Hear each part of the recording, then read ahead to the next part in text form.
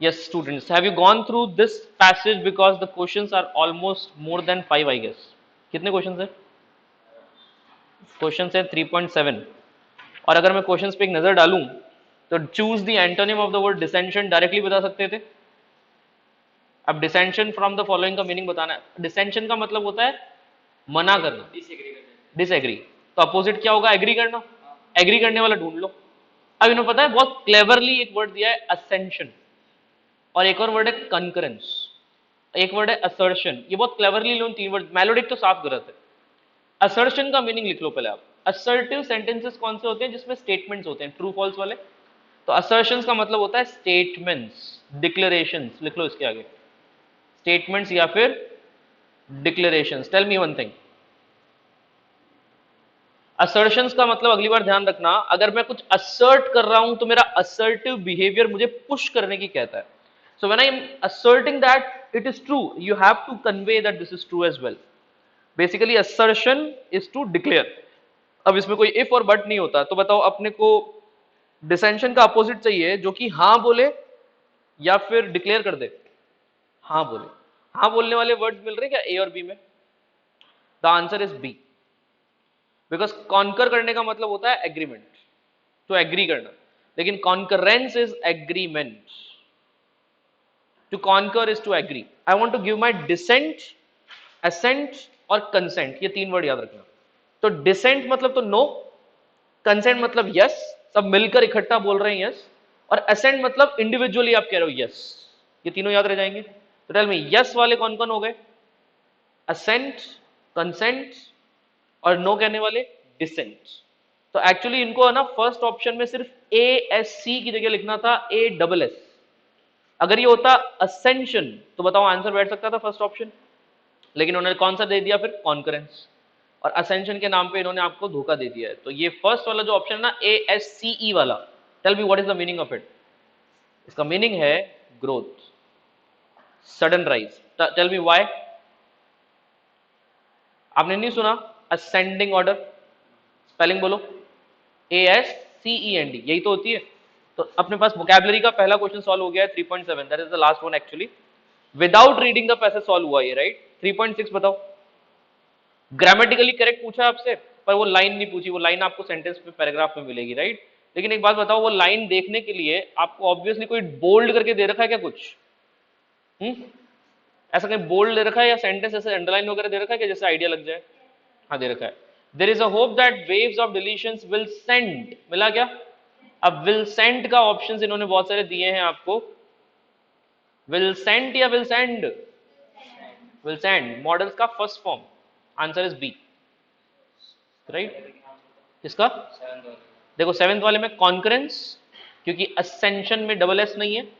और 33.6 वाले में सेंट की जगह सेंड, V1 की वजह से. आपको V1 चाहिए मॉडल्स के साथ, विल प्लस V1 आता है, याद आया? फ्यूचर में we can not say I will went, we can just say I will go. Correct? तो यहाँ पे गो टाइप कोई फर्स्ट फॉर्म चाहिए था. तो बताओ मिल गया आंसर? B option. बताओ, दो एक्स्ट्रा क्वेश्चन तो without reading the passage solve हो गए. इसका मतलब यह है कि अब 5 क्वेश्चंस में से एक ग्रिड लॉक वाला जरूर है, वो पैसेज के बेसिस पे ही है. देखो डायरेक्ट मीनिंग नहीं पता तो पैसेज की वेट करो. और ऊपर की साइड देखो, पैसेज ही पैसेज के क्वेश्चन है, यस और नो. 3.3, 3.2, 3.1. करें स्टार्ट करें.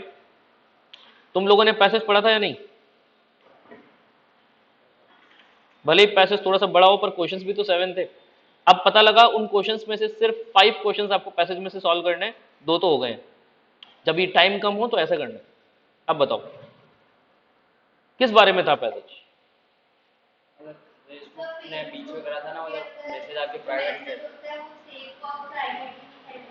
ठीक है, करेक्ट. तो फेसबुक के यूजर्स के private messages, not necessarily private वाली बात का एक केस स्टडी आया है. तानिया रिचार्ड्स 44 इमीडिएटली पैनिक करती है और बोलती है, had she endangered her son? ये क्वेश्चन मार्क है उसका. She thought back to her chats with her mother in Idaho and prefers Facebook messages to texting. वो फेसबुक मैसेंजर्स को प्रेफर करती थी इंस्टेड ऑफ, मतलब टू टेक्सटिंग, मतलब समझ गए? टेक्सटिंग से ज्यादा, एसएमएस से ज्यादा किसको प्रेफर करती थी? फेसबुक मैसेंजर को. क्योंकि हर son is a specialist in the army using Facebook owned encrypted messaging platform WhatsApp. अब व्हाट्सएप पे मैसेज सिक्योर्ड है, पर फेसबुक खुद कहता है कि फेसबुक मैसेंजर के मैसेजेस प्राइवेट नहीं है. वो कोई भी पढ़ सकता है हमारे कोड के एंगल से। अगर कोई कोडर होगा तो पढ़ लेगा, ध्यान रखना तुम लोग। कोई बात करो तो मैसेंजर पे नहीं करनी है, कोई भी पढ़ ले, अरे कुछ भी बात करो। हाँ, वैसे भी आउटडेटेड हो चुका है। तो हुआ ये कि अब वो तो 44 की थी तानिया रिचर्ड्स, तो उसने अपने मदर तक से जो बात करी है अपने सन के बारे में वो फेसबुक मैसेंजर पे करी है, और सन उसको लोकेशन कहाँ भेज रहा है, व्हाट्सएप पे। अब बताओ मुझे, he had kept her updated as he travel to what she describes as dangerous foreign base पे वो ट्रैवल कर रहा था, whose location was she was supposed to keep secret. Now she had then sent the location updates to her mother using Facebook Messenger. Now she wonders who has that data. ये starting कहां से हुई थी passage की, जब data privacy पे question mark लगा, तो उसको लगा क्या मैंने अपने बेटे को खतरे में तो नहीं डाल दिया। अब देखो केस स्टडी खत्म, पैसेज शुरू, पैसेज अब शुरू हो रहा है। For a mother, she told me, especially one whose life has been about protect your kid from these harms, she is just doing what a mother does, which is responding to him, telling her something he had needs to know so he is protected, and someone can come in the take to just sell it up as data. बताओ क्या गलती थी उसकी, कोई गलती नहीं थी। क्या वो एक प्रॉपर मदर की तरह उसका ध्यान रखने के लिए उससे लोकेशन मांगती रहती थी और बेटे का भी प्रोटेक्शन फील करने के लिए भेजता रहता था कि चलो मम्मा को पता है मैं यहाँ पे हूँ, बट किसी की कोई गलती नहीं थी, तो किसको अधिकार है इस बात का कि वो उसका डेटा कलेक्ट करके उसको बेच दे in the name of data. तो डोंट यू थिंक इमोशंस का खिलवाड़ हो रहा है। तो उन मदर की कोई गलती नहीं थी, गलती थी कंडक्ट की, सिस्टम की।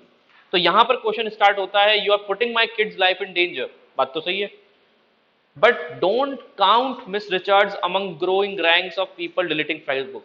अब ये जो कमेंट है ये ऑथर दे रहा है, अब ध्यान रखना इसमें दो लोग एक साइमल्टेनियसली बात कर रहे हैं, एक तो 44 वाली मिस रिचर्ड्स नाम है उनका, और एक ऑथर, जो ऑथर कह रहा है कि भाई तुम मिस रिचर्ड्स को उन लोगों में काउंट मत कर लेना जिन्होंने फेसबुक डिलीट कर दिया था, क्योंकि आगे क्या लिखा हुआ है, all it does is punish me, उससे क्या होगा, मुझे पनिशमेंट मिलेगी। It doesn't punish Facebook, right, it doesn't change anything, it cuts me of from the family, right. अगर फेसबुक को मैं डिलीट कर देता हूं तो मेरी ही लाइफ से मैं फैमिली से कट हो जाऊंगा, फेसबुक को क्या फर्क पड़ेगा, पड़ेगा नहीं। उसके आगे, even if a boycott bankrupted Facebook, मान लेते हैं एट मैक्स क्या होगा कि मैं डिलीट करूंगा, आप डिलीट करोगे, सब डिलीट करेंगे, तो फेसबुक बैंकरप्ट हो गया। What to stop the next company from doing the same thing, क्या नई कंपनी नहीं आ जाएगी सेम चीज करने के लिए। So we need laws to say you can't do this, we have to focus on laws. किस पे फोकस करना है, और ये भी कौन कह रही है, मिस रिचर्ड्स। उनकी फिलॉसफी बहुत अच्छी है कि देखो अगर मैं फेसबुक डिलीट कर देती हूँ तो होना जाना कुछ है नहीं, बैंकरप्ट एट मैक्स हो भी गया फेसबुक, उसको वैसे तो कोई फर्क नहीं पड़ता, हो गया तो नई कंपनी आएगी और इन्हीं प्राइवेसी पॉलिसी के लूप होल्स को लेकर नया हैक करेगी। तो डू वन थिंग, लॉज को सुधार दो ना, फेसबुक को क्यों सुधार रहे हो। आया क्या, आगे देखते हैं। Miss Richard dissension from swelling chorus of delete Facebook is notable and worth considering. In refusing to delete her Facebook account, she is refusing to turn the power abuses of the tech industry into an issue of personal responsibility. She is refusing to what? ये line बहुत जरूरी है, ढंग से पढ़ो, इसी line में पूरा सार छुपा हुआ है। डिलीट फेसबुक के कैंपेन में वो स्वेलिंग कोरस के अंदर अपनी आवाज को इंक्लूड नहीं कर रही।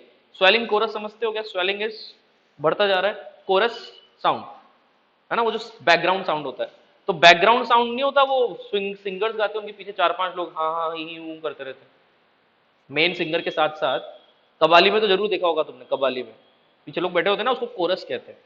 तो क्या लगातार नॉइज चल रही है, डिलीट फेसबुक, पर इन सब के बीच notable and worth considering points हैं उनके, मिस रिचर्ड्स के। क्या कर रही है वो, she is refusing to delete Facebook because she is refusing to turn the, ढंग से पढ़ना, turn the power abuses of tech industry into the issues of personal responsibility. वो क्या कर रही है, वो कह रही है कि अगर टेक इंडस्ट्री का पावर अब्यूज कर रहे हैं तो मैं उसको पर्सनल रिस्पॉन्सिबिलिटी मानकर खारिज नहीं कर सकती, क्योंकि लोग तो यही कर रहे हैं, फेसबुक डिलीट करके खुद को समझा रहे हैं कि अब से हम फेसबुक पे बात नहीं करेंगे और ऐसे किसी प्राइवेट प्लेटफॉर्म पे बात नहीं करेंगे जहां पे सीक्रेट मैसेजेस आते हो। तो ये तो तुम्हारी गलती है ना कि तुम खुद को रोक रहे हो। इससे अच्छा है लॉज को सही करो, फेसबुक को ठीक करो। अगर फेसबुक को अपने हाथ में छोड़ के तुम अपने पतली गली निकल लिए तो कभी ये सिस्टम सही नहीं हो पाएगा। मेरी बात समझ में आई। अब आ जाओ next. The impulse of delete Facebook is understandable in the era of political gridlock and dysfunction. Political gridlock में आपको क्वेश्चन पूछा था नीचे, तो ये कह रहा है फेसबुक का डिलीट करना एक अंडरस्टैंडेबल चीज है क्योंकि पॉलिटिकल ग्रिडलॉक और डिसफंक्शन की स्टेट में it feels good to start somewhere. इस लाइन का मतलब ये बताओ, क्या पॉलिटिकल डिसफंक्शन मतलब पॉलिटिकली सिस्टम काम नहीं कर रहा है, और ऐसे एरा में डिलीट फेसबुक ही कंसिडरेबल एक तरीका है। तो ये बात तो समझ में आ रही है कि इस पैराग्राफ में हम फिर से उस साइड बात करेंगे, डिलीटिंग फेसबुक से चलो कुछ तो हो सकता है। क्या हो सकता है कि अगर आप पॉलिटिकल ग्रिडलॉक और डिसफंक्शन की स्टेट में बात करो तो कुछ तो स्टार्ट हो सकता है कहीं ना कहीं। There is hope that waves of deletions will send a signal to companies leaders to the law makers who are meant to regulate it. हो सकता है ये सिग्नल जाए कहां तक, मार्क जकरबर्ग तक, कंपनी के ओनर्स तक, कि आपको ये पॉलिसी सुधारनी पड़ेगी। ये पॉसिबल है कि नहीं? तो ये प्रोटेस्ट करने का एक बहुत अच्छा तरीका भी हो सकता है। Tell me one thing, political gridlock मतलब पॉलिटिकल डिसफंक्शन जैसा ही कोई वर्ड होगा जो काम नहीं कर रहा होगा। अब ग्रिडलॉक का मीनिंग 3.4 में बताओ तुम मुझे directly. Deleting Facebook in huge numbers might send a message to the company's messenger, कहां गया वो, sorry 3.5, a situation in which laws that satisfy the need of people are not being passed, laws like private right to privacy are not being passed। Possible है क्या passage के context में बैठ रहा है ये?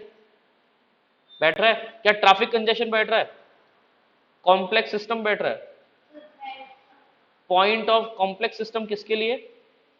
ये डिलीटिंग फेसबुक वाला। तो डिलीटिंग फेसबुक वाला सिंपल सा कॉन्सेप्ट है, सिग्नल भेजना अपने को। किसको? मार्क जकरबर्ग जैसी कंपनीज को, कि तुम अपनी मन मुताबिक काम नहीं कर सकते। कॉम्प्लेक्स क्या हो गया इसमें? पॉलिटिकल सिस्टम अगर कॉम्प्लेक्स है तो फिर ये सही है। तो कॉम्प्लेक्स से ज्यादा अच्छा आंसर तो ए ऑप्शन है। क्या था वो? कि सिचुएशन एक ऐसा है जिसमें पीपल वाली प्राइवेसी वाली जो लॉज है वो पास नहीं हो रहे हैं। तो बताओ पॉलिटिकल ग्रिडलॉक हो गया ना। ग्रिडलॉक मतलब आपने तो बिल बनवा दिया, प्रपोजल भी दे दिया, पर वो पास नहीं हो रहा। It is something like Lokpal.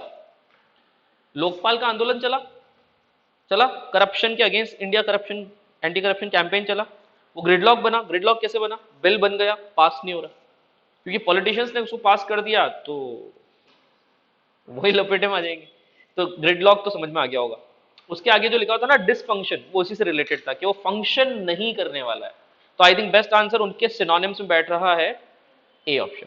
Point of no return मतलब वापस नहीं आ सकते, ऐसा भी नहीं है। आप जाओगे पर वो पास नहीं हो पा रहा। तो बताओ बेस्ट ऑप्शन सी और डी भी ज्यादा अच्छे नहीं लगे तो ए होगा। हाँ ए नहीं होता तो सी और डी में से एक टिक करते, right. Next please. Question number 3.5 देखने के बाद अब तो बचा ही क्या, 4 क्वेश्चन ही तो बचे। तो बताओ, it would also be seen to case that if millions of angry individuals are going to save us from the worst excess in the tech industry, we would have saved from them by now, है ना? कि अगर millions of angry individuals वास्तव में बचा रहे होते हमारे फेसबुक वगैरह को या राइट टू प्राइवेसी को, तो अभी तक बचा चुके होते। ये लाइन समझ में आई क्या? We would have been saved them by now, ये समझे? अगर वास्तव में एंग्री इंडिविजुअल से बात बनती तो अब तक बात बन गई होती। आगे देखो, collective action is difficult against a global behemoth like Facebook. I wonder इन्होंने बेहमत पे क्वेश्चन क्यों नहीं बनाया, बना सकते थे। बेहमत क्या होता है? समथिंग बिग, जायंट, बहुत बड़ा, बेहमत कहते हैं उसको। Were such action to succeed, the company also owns WhatsApp and Instagram with a couple of billion users on Facebook alone. It's hard to fathom how many deleted accounts it would take to drive genuine change. तो यहाँ पे ये बोल रहा है वैसे तो company ने खूब सारे अकाउंट्स ले रखे हैं from WhatsApp, from Instagram and also from Facebook itself. खुद फेसबुक पे उसके बिलियन यूजर्स है। बिलियन समझते हो? बहुत ज्यादा होता है। अब मुझे बताओ पूरे वर्ल्ड की पॉपुलेशन कितनी है? 8 बिलियन। उसमें से बिलियन अकाउंट्स किस पे हैं? हर 8वें बंदे का अकाउंट है फेसबुक का, हर 8वां, बहुत ज्यादा होता है। अब बताओ इंडिया की पॉपुलेशन है 1 बिलियन प्लस, है ना? 1.34 बिलियन होगी इंडिया की पॉपुलेशन। तो मतलब इंडिया की पॉपुलेशन के बराबर एक वर्ल्ड में एक कंट्री बैठा है, उसका नाम है फेसबुक। उसका प्राइम मिनिस्टर और प्रेसिडेंट एक ही है, मार्क जकरबर्ग। और उसके 2-3 स्टेट्स हैं, इंस्टाग्राम, व्हाट्सएप, और सबसे पुराना स्टेट है फेसबुक। कैपिटल सिलिकॉन वैली, है ना? वहीं से ऑपरेट होता है, कैपिटल तो वही है। चलो आगे देखते हैं। Alone it is hard to fathom. अच्छा फैदम का मीनिंग लिखो। फैदम का मतलब यहां पे वैसे होता है डिग आउट। फैदम मतलब, फैदम मिला तुमको? Billion users on Facebook alone, it is hard to fathom how many deleted accounts. Fathom का वैसे मतलब होता है, ध्यान रखना, सी बैट की जब अपन डेप्थ नापते हैं ना तो हाउ मेनी फैदम्स आर देयर ऐसे बोलते हैं। फैदम का मतलब डेप्थ कितनी है। तो अगर आपको डिग आउट करना है, डिग आउट, सिर्फ इतनी सी बात बच रही है कि hard to dig out how many deleted accounts it would take to drive genuine change. समझे क्या? कितने अकाउंट डिलीट होंगे तभी चेंज आएगा? Nobody knows. And it's possible that delete Facebook might actually play into Facebook hands by recasting a political issue in a willpower issue. Possible है क्या कि एक पॉलिटिकल इशू को एक विल पावर इशू बनाकर फेसबुक को ही और ज्यादा प्रसिद्धि मिल जाए? कैसे? लिखा हुआ है, if I were Mark Zuckerberg I might actually relish, I would actually enjoy, relish मतलब लिख लो, I would actually enjoy seeing my users agonise, agonise का मतलब डाउट, एगनाइज मतलब doubt over the question of to delete or not to delete. भाई अगर मैं mark Zuckerberg होता और ऐसा कोई इशू उठता ना राइट टू प्राइवेसी की वजह से कि फेसबुक को रखना चाहिए कि नहीं रखना चाहिए, तो बताओ मैं इसको पॉलिटिकल इशू से ज्यादा विल पावर इशू बनाकर अपनी कंपनी का फायदा देखता। कैसे? फेसबुक एक हॉट टॉपिक डिस्कशन बन चुका है, और दूसरा मेरे खुद के यूजर्स का टेस्ट हो जाता है कि वो इसको रखेंगे या नहीं रखेंगे, ये रिलायबल है या नहीं। बताओ, फ्री में टेस्टिंग हो रही है। सबसे अच्छी बात, लास्ट पैराग्राफ तुमको समझ में आया तो कह रहा है कि भले ही इसको पॉलिटिकल इशू बना रखा है लोगों ने, पर it can easily pass into the Facebooks hands by making it a will power issue. Facebook बना देगा कि अगर आप हमारे सगे हो तो डाउनलोड करो, नहीं हो तो जाओ। तो वो विल पावर इशू बना देगा और शायद हो सकता है लॉयल्टी वापस उसके लोगों में आ जाए। अब बताओ आंसर क्या है? 3.1, how did Tanya Richards panic? Why did? Because she found out that her son was a WhatsApp user. No. The Facebook Messenger, her mother? No. Because she had her son's location updated to her mother using the Facebook, and she found out that his messages were not in private. Perfect है? Because she found out that her son was in a नहीं, ये बताओ, why did Tanya Richards refuse to delete Facebook? Because she did not wish to punish Facebook. Actually she wished, but not in this manner. तो बताओ, it would not make a difference to Facebook, right? But would affect her ability to communicate with her family. बात तो सही है। Because she believed that it would harm her son as a mother? No. Because did not want Mark Zuckerberg to relish, direct mark Zuckerberg की बात कर ही नहीं रहे, बस उसको ये मानना था कि अगर मैं कर भी दूंगी तो कोई बड़ा डिफरेंस नहीं आ जाएगा, आना होगा तो पॉलिसी चेंज से आएगा। करेक्ट। आ जाओ 3.3 पे। According to the author, what type of issue is the issue of power abuse of the tech industry? Tech industry का पावर अब्यूज का क्या इशू है? अ पॉलिटिकल इशू या willpower issue? Willpower issue बनाया जा रहा था Facebook के फायदे के लिए। रिमेंबर, एक्चुअली ये इशू किसका है? पॉलिटिकल पॉलिसी इशू है कि नहीं है? इसलिए तो वो अपनी जी जान लगाकर मना कर चुकी है कि मैं फेसबुक डिलीट नहीं करूंगी, क्योंकि ये तो मुझे पनिश करने जैसा हो गया। स्टेट को पनिश करो ना जिसने ऐसे रूल्स बनाए कि मेरे सीक्रेट मैसेजेस क्यों जा रहे हैं पब्लिक। तो वो ऑब्वियस सी बात है, पॉलिटिकल पॉलिसी मेकिंग इशू है। और पॉलिटिकल वॉलपेपर विल पेपर दोनों नहीं है, एक ही होगा दोनों में से। तो आंसर क्या है? A option. Correct. Will power कौन बना रहा है? फेसबुक वाले बनाना चाहते हैं, या फिर अगर बन गया विल पावर इशू तो भी किसके फायदे में? फेसबुक। अब आ जाओ last question. The impulse of those wanting to delete Facebook is understandable due to the following reasons. Come on, what is the right answer? Deleting Facebook in large numbers might send a message to the company's management that their policies are flawed.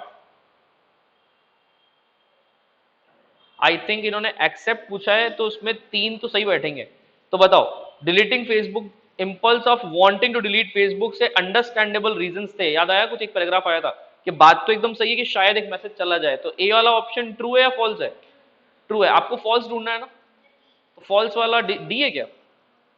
May prompt Mark Zuckerberg to empathise with the agony of users.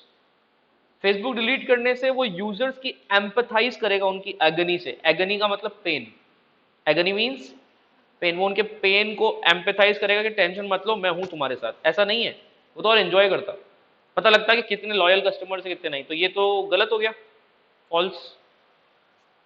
Deleting Facebook is a good start, ये लिखा हुआ आया था as it is कि at least it will start something, and huge numbers might alert law makers about Facebook excesses. बिल्कुल सही है। Facebook excesses मतलब फेसबुक पावर्स। तो आई थिंक 3 ट्रू बैठ रहे, एक फॉल्स। Answer is D. सही है।